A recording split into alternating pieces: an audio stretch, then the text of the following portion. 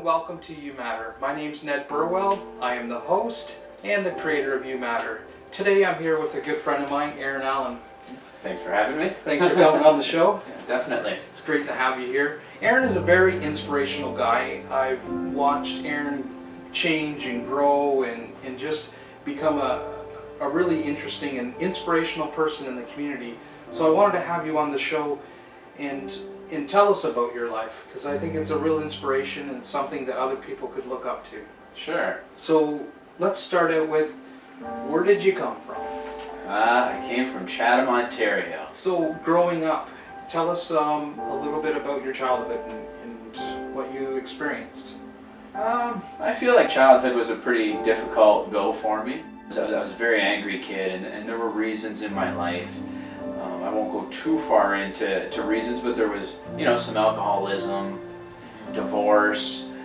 When I was about 13, my mom got really sick. She ended up having a seizure, and we had found out that she had a brain tumor. And it's a terminal thing. Sure. They told us she had about 15 years, but when you're 13 years old, that's really hard to comprehend. Mm-hmm. So I feel like we just comprehend a lot of things with anger. Yeah. And I find that's my first emotion, and always kind of has been, is anger. And usually, that's masking something else. But all throughout my life, I always remember anger is the first emotion that I have. So it's been really hard. But with all those things happening in my life, being a child, not understanding it, and maybe not having the proper outlet, or my mom used to put me in therapy, but you only tell those therapists what you want to tell them, and as a kid I didn't want to tell them anything that was going on, because it's embarrassing, right? Okay. So, there was a fair amount of embarrassment going on. So I didn't know how to deal with any of this stuff, so I dealt with anger. And I went out in the community and I broke windows, and I punched people, and I set fires, and I stole motorcycles. that's See, none of this I see you doing, Oh, people that know me now, and if they don't know these stories, they wouldn't know that I did that, but I was getting brought home by the cops, like, weekly. Okay. Weekly, and they kind of got fed up with me. And I had a lot of charges by the time I was 14. And they said to me, well, you can either go to juvenile detention center, or you can go to a place called CPSI. And CPSI is kind of like, a halfway house for kids that are very troubled, that have some mental issues, and they do therapy. It's not just sticking us in jail. It was more of a therapeutic thing. But I got sentenced to 4 months there, and it was an amazing experience for me. Of course, I didn't want to go, and it was kind of a plea bargain. But it was an amazing experience because at the age of 14, when it was very critical, I was lucky enough to be taken out of this situation, the situation being my household, and all the bad stuff that was happening there, and stuff that a 14-year-old, I don't believe that I can comprehend or deal with that on my own. And sometimes we're expected to. I think my brother was 9, and you're expecting a 9-year-old to comprehend this type of thing. So I was taken right out of that, and I had to live in this weird place with 12 other kids and a bunch of counselors.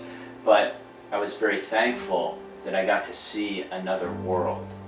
And I was comfortable. I would come home at the end of the day. I used to come through my door. I remember I hated going to school, but I used to come through my door and come home, and I hated being at home too. So I just went up to my room every day and I shut the door. And I wrote songs. I always wrote songs, or I drew. That's what I always did, and that took me out of my world that I couldn't stand. Not that it's terrible, because people live with way worse, and I feel bad for saying that, because my mom tried, and my dad tried, and we just did the best that they could. But a 9-year-old and a 14-year-old don't understand that. So I was angry, and I always stayed in my room. But I got into CPSI, and I saw a different way, and I didn't have to live the life that I was brought up in. Okay. I felt like I can actually create a life for myself.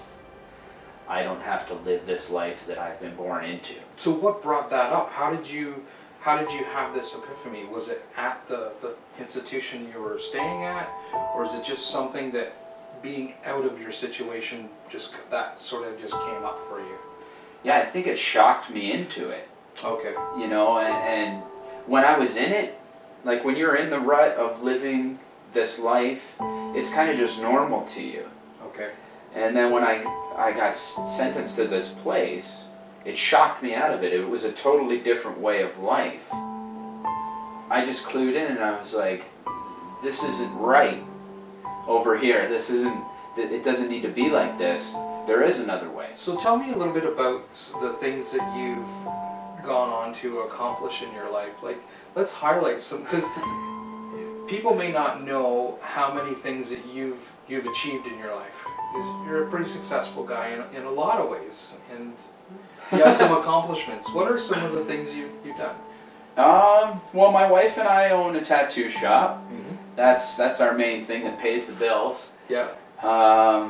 My buddy always says I'm like Homer Simpson. Homer Simpson's had like 1,000 jobs on The Simpsons, and he's like, "What are you gonna do next?" Yeah. So I went to school to be a hairstylist. Now I'm tattooing. I really love music.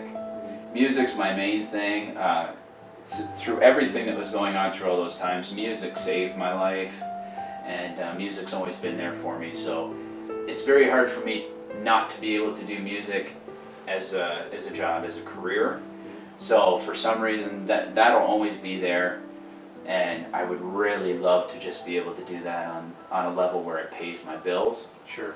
Because actually music is a thing. When I play a hall like Aeolian Hall, sometimes when I play the shows, people cry. They really listen to the words. Mm-hmm. If people really listen to the records that I made, mm-hmm. and listen to the words, you would know all about my life.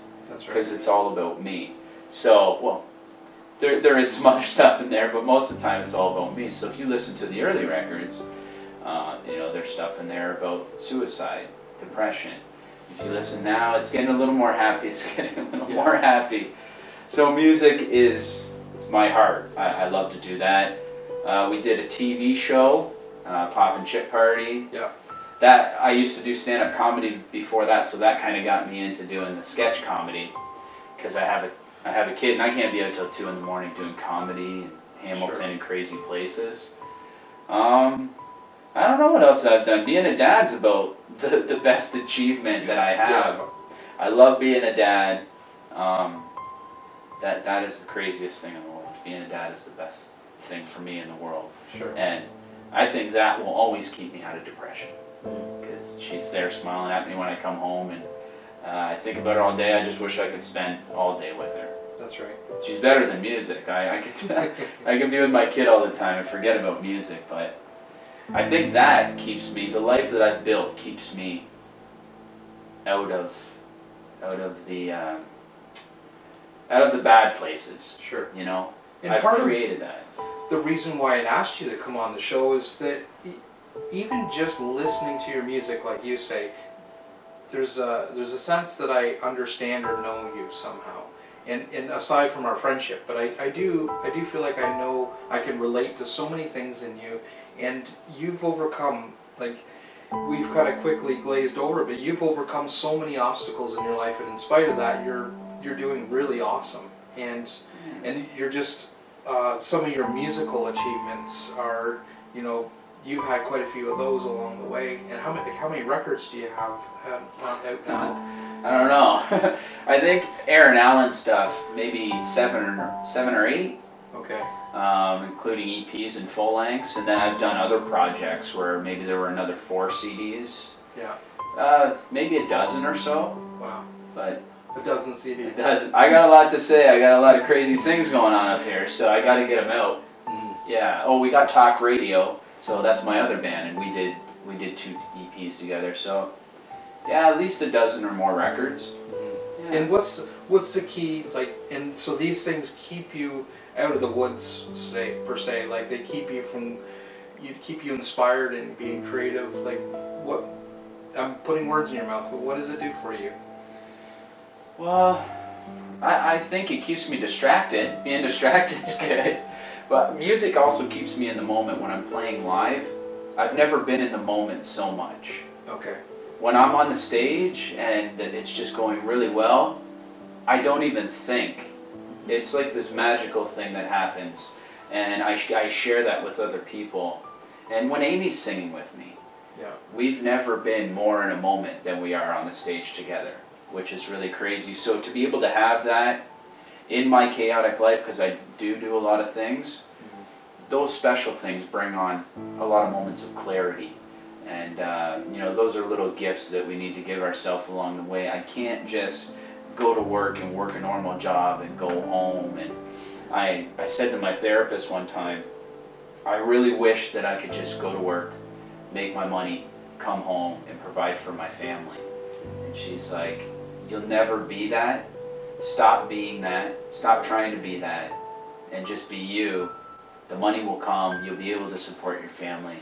But I used to feel really bad switching from job to job, and I used to think there was something wrong with me. Why can't I just do what everybody else does? Mm-hmm. And she just told me stop. And I've really had to work hard at just stopping and going, okay, I've got to do what I want to do. Mm-hmm. And that's why I keep doing this. And my mom dying when she was 46, I know we don't have a lot of time. Mm-hmm. I'm always constantly reminded that we could die tomorrow.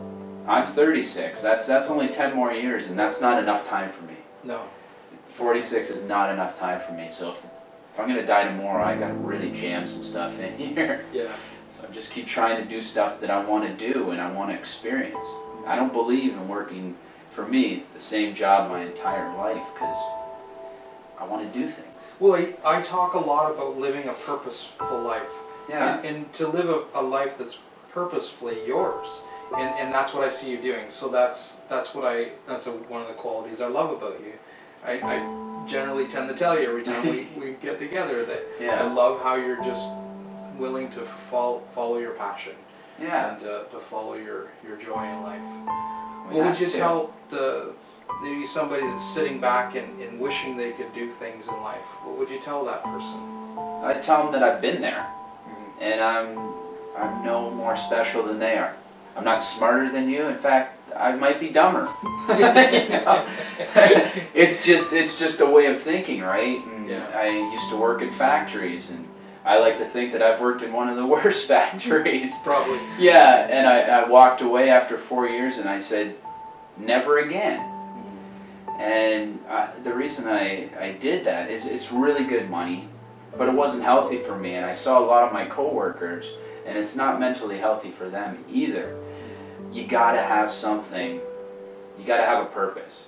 You can work at the factory all day, and you can make great money, and I sure wish I had benefits right now. I think about going to a factory, so, I know I've been there.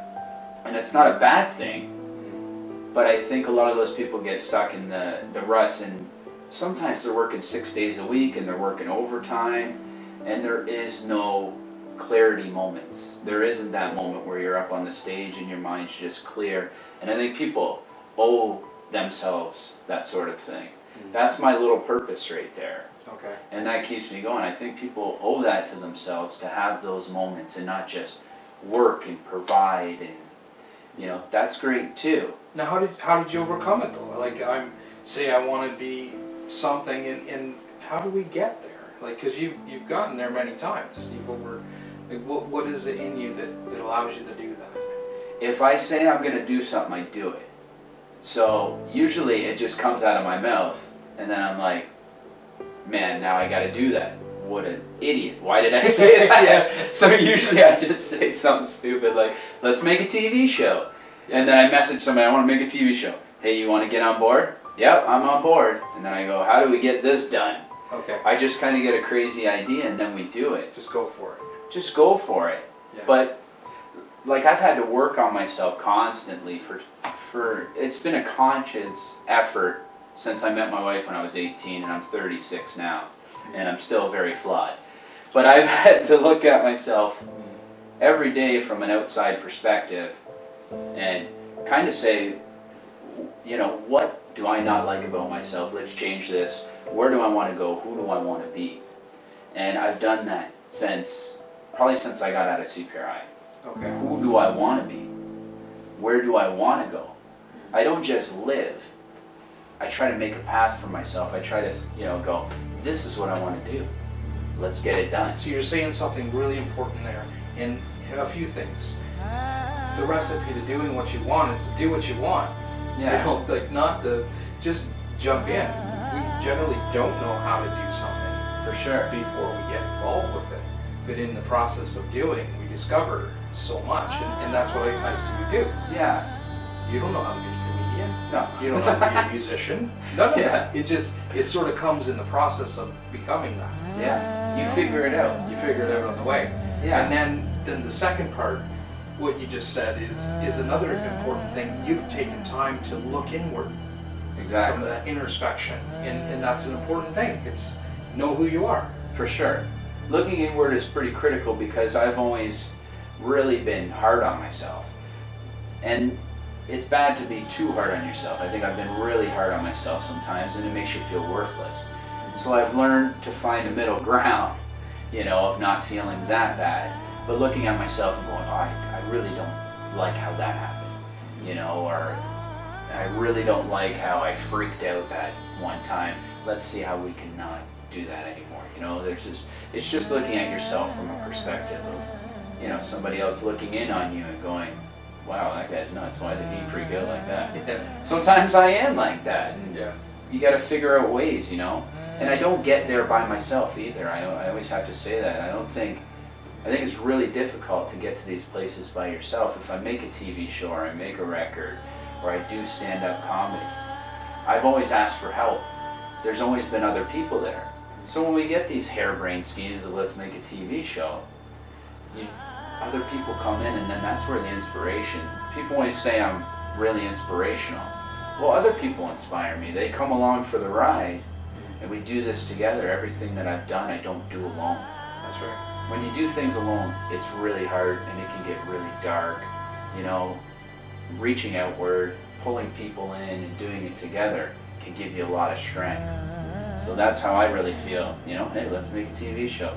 Sure, it's going to take 4 or 5 of us, and it's really fun. Yeah. And even if you're an introverted person, people think that I'm a really sociable guy and a really nice guy. Oh, Aaron's so nice. But at home, I'm not very social. I like being very quiet. I'm not always the nicest guy. Simon, the guy who makes my records, he's like, oh, I know the real Aaron. He always says he's the nicest. He always goes, you are the nicest guy. Yeah. But he knows other sides of me too, right? That's right. I'm not perfect. I'm very flawed. And that's honest and real. And I think that's one of the things, when we're honest and real, it lands us in some of the most beautiful places in life. Because when you're honest and real, you're being authentically you. That's true. You're not living another's purpose. You're not having to carry forward this thing that's not you. For sure. It's just a lot easier to be ourselves. So It I is, like but- that. I like that. Another great point. Yeah. See, I need somebody like you just to come in on my life and decipher it all, right? That's what my therapist was doing. And I went to her for a couple years, and I'm like, why couldn't I figure this out myself? But I just tell her about my day. And I'll just write you little notes. Aaron's great because. Yeah. Here, Aaron. Here's Yeah. another great point. You Yeah. just did something really smart there. Exactly. You're angry today because this happened. Yeah. Oh, of course. You don't know why you're angry. You didn't look at your day. If anybody had this day, that's why you'd be angry. Yeah. But I just think I'm a jerk all the time. Yeah. I'm an angry jerk. Oh no, I'm this way because this happened, Yeah. But we don't tend to look at the situation and figure out why we're feeling that way. Yeah. We just feel that way, and we're beating our heads and hands against the wall. Sure. But we don't look at the situation, right? And is that something that you've developed now over the years, is the ability to kind of every so often stand back and just take a closer look? I think so. First, I still have that reaction Okay. to blow up, and there's a big wall there. The wall's still there and blow up, and I'm still me. Yeah. I'm still that flawed person from my childhood. I think I'll always be that person, and that's fine. But I do have the chance to sit back, take a breath, regroup. My first reaction's always there, but I can think beyond that now. I'm not just the wall's just not there, the anger's just not there. There's other things. Yeah. There's other emotions. The anger sometimes isn't anger. Lots of times it's frustration. Yeah. You know, lots of times it's hurt. There's another emotion, but the emotion usually isn't anger. That's right. I think anger just kind of disguises things. We need to look beyond that. I've explored that through several posts on You Matter about secondary emotions, and there's referring factors to why we are angry. For sure. So to wrap this up, if I were Aaron Allen, my motto in life would be. Ooh, that's a tough one. What's my philosophy? Any good quotes or something you try to live by, or? Do it while you can, because you're not here long. Okay. Just get it done. Forget everything. Who cares what people think about you? I used to always care what people thought about me. Oh, it was bad when I was going bald. I wouldn't want to walk out of the house, and I was a very self-conscious person. But now, I just don't care. I just do what I do. So get it done, and don't be afraid to fail. I fail all the time just because I make records and TV shows. I fail all the time. I feel like a failure a lot because I have certain goals, and with music I haven't got to where I want to be. I can't, even make $500 a week to provide for my family. So that's a constant weighing thing on my mind, but just keep going, just keep going. Failure's fine. There's nothing wrong with it. But, I don't know, just for me, you only live once. And I want to experience everything that I can. Awesome. Yeah. And I see you doing that. I try. Thanks for coming on the show today. Thanks for having me. Yeah, it's a Appreciate pleasure. it. I appreciate it.